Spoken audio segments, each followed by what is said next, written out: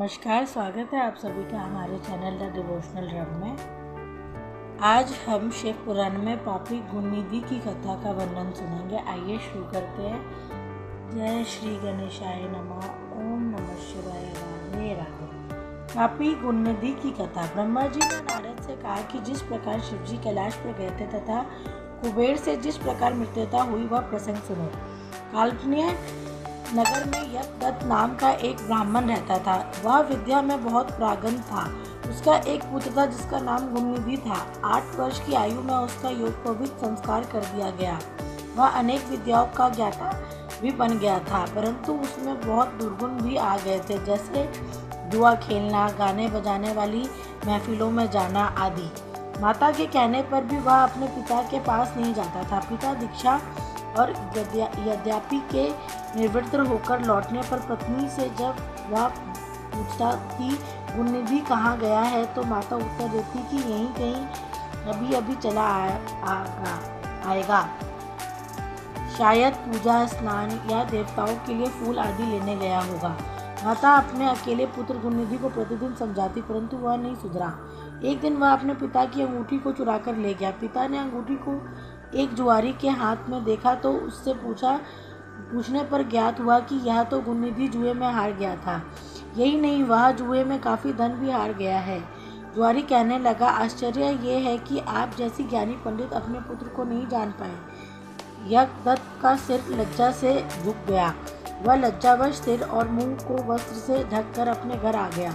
वह अपनी पत्नी से बोला, तेरा पुत्र गुणनिधि कहाँ है और मेरी अंगूठी कहाँ है? पत्नी बोली, मुझे इस समय याद नहीं है, मैं कहीं रखकर भूल गई हूँ।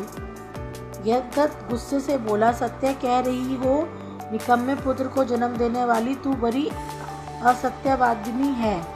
मैंने जब भी पूछा कि गुणनिधि कहाँ है तो झूठ बोलकर मुझे बहला देती थी। अन्य वस्तुएं भी घर से गायब थी। पुत्र को बिगाड़ने में माता का दोष देखकर उसने जल लेकर दोनों की तिलांजलि दे दी तथा किसी दूसरी ब्राह्मण कन्या से विवाह कर लिया। जब यह समाचार ब्राह्मण पुत्र गुणनिधि को मिला तो वह गृह त्याग कर वन में चला गया। कभी माता की ममता तथा पिता की धर्मज्ञता का स्मरण करके वह अपनी मूर्खता पे पश्चाताप करने लगा। इस प्रकार चिंता से व्याकुल हो सायंकाल को एक शिव मंदिर के पास जाकर बैठ गया। वह भूख प्यास से व्याकुल हो रहा था।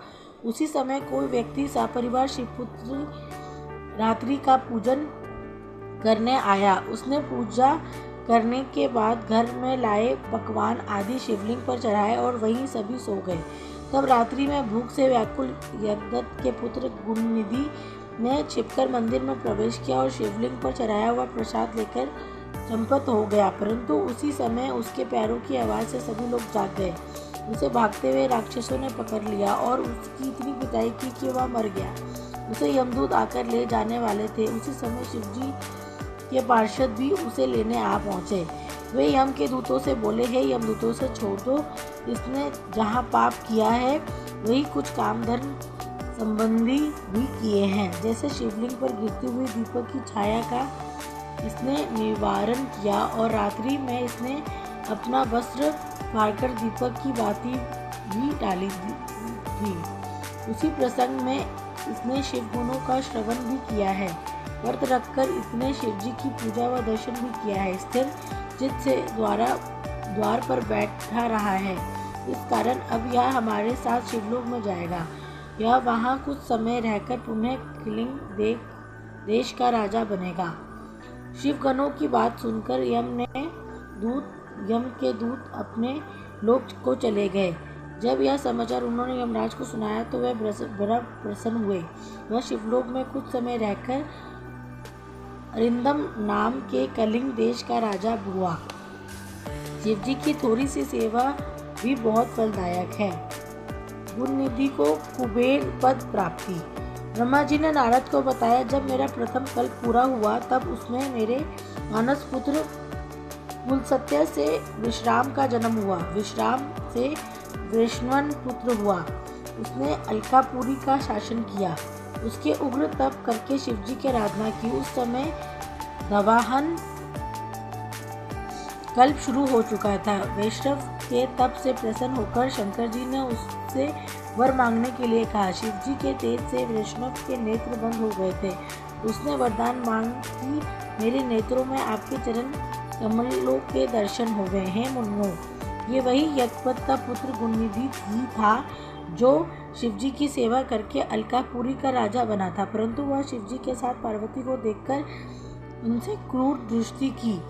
इससे उनका बायां नेत्र फूट गया। शिवजी ने पार्वती से कहा, यह तुम्हारा पुत्र है, अब तुम्हें क्रूर दृष्टि से कभी नहीं देखेगा। इस कारण मैं इससे निधियों का स्वामी बनाए देता हूँ। यह गृहकों का अधिपति होगा। इतना कहकर भगवान शिव ने उसे धनपति का पद दिया और इससे पार्वती के चरणों में प्रणाम कराया। पार्वती ने प्रसन्न होकर उसे वरदान दिया कि हे पुत्र, तुम्हारी शिवजी में निर्मल भक्ति बनी रहे। इस प्रकार शिवजी ने उसे वैश्वेकर नामक स्थान में कुबेर बनाकर अलकापुरी का स्वामी बना दिया और स्वयं उनके पास में ही कैलाश को अपने रहने का स्थान बनाया।